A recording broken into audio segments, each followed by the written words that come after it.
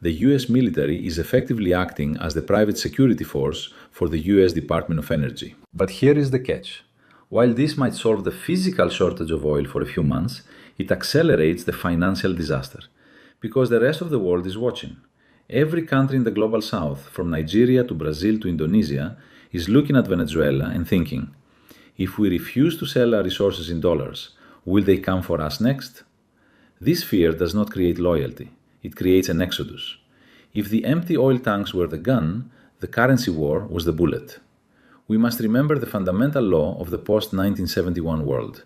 The US dollar is not backed by gold, it is not backed by industrial productivity, it is backed by a simple agreement made 50 years ago with the House of Saud.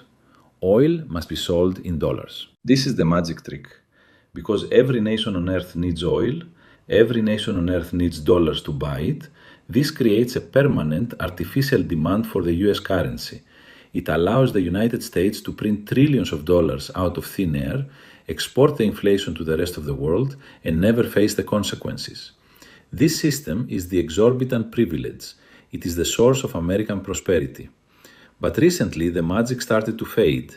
We have watched the BRICS nations systematically dismantle this system. We saw Russia demanding rubles for gas. We saw the UAE settling oil trades in Indian rupees. We saw Saudi Arabia discussing the petro-yuan with Beijing. But Venezuela was the final straw.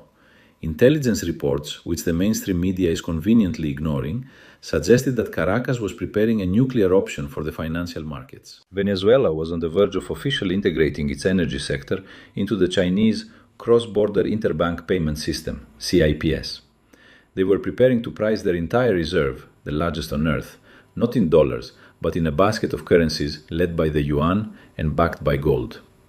If this had happened, it would have been a signal to the entire global south. It would have proven that you can possess massive wealth outside the American banking system and survive. Washington saw this as an existential threat.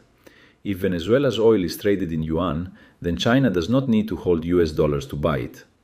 If China dumps its US dollars, the value of the American currency crashes. If the dollar crashes, the cost of living in the United States doubles or triples overnight.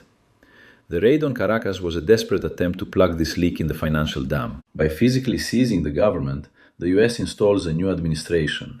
And what will be the first act of this new administration? You can bet your life savings on it.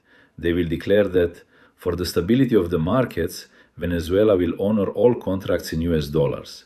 They will repeg the bolivar to the dollar. They will invite American oil majors, Chevron, Exxon, back into the country to rebuild the